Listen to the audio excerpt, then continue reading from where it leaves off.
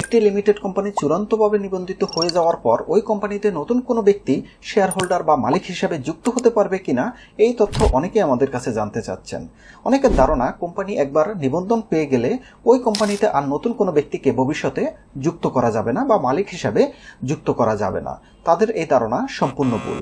Limited কোম্পানিতে নতুন সদস্য যুক্ত হওয়ার প্রক্রিয়া সবসময় উন্মুক্ত থাকবে। ওই লিমিটেড কোম্পানিতে, একটি প্রাইভেট লিমিটেড কোম্পানিতে অ্যাট এ টাইম 50 জন পর্যন্ত শেয়ার হোল্ডার বা মালিক থাকতে পারবে।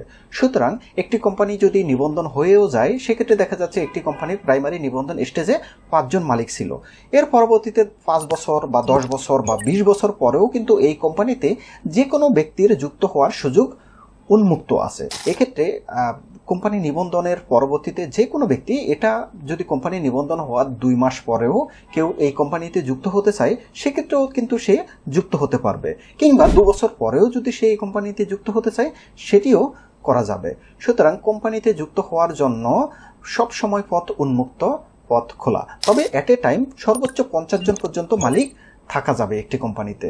এবং এই কোম্পানিতে যুক্ত হওয়ার জন্য কিন্তু যে ব্যক্তি আগ্রহী তার কিন্তু কিছু ক্রাইটেরিয়া আছে। তার জাতীয় পরিচয়পত্র থাকতে হবে অথবা পাসপোর্ট থাকতে হবে, একই সাথে তার ব্যক্তিগত টিন সার্টিফিকেট থাকতে হবে, এবং সে আদালত কর্তৃক দেউলিয়া ঘোষিত হওয়া যাবে না।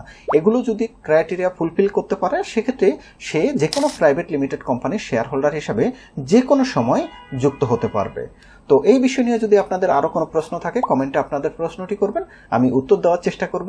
ভিডিও দেখার জন্য ধন্যবাদ। আল্লাহ হাফেজ।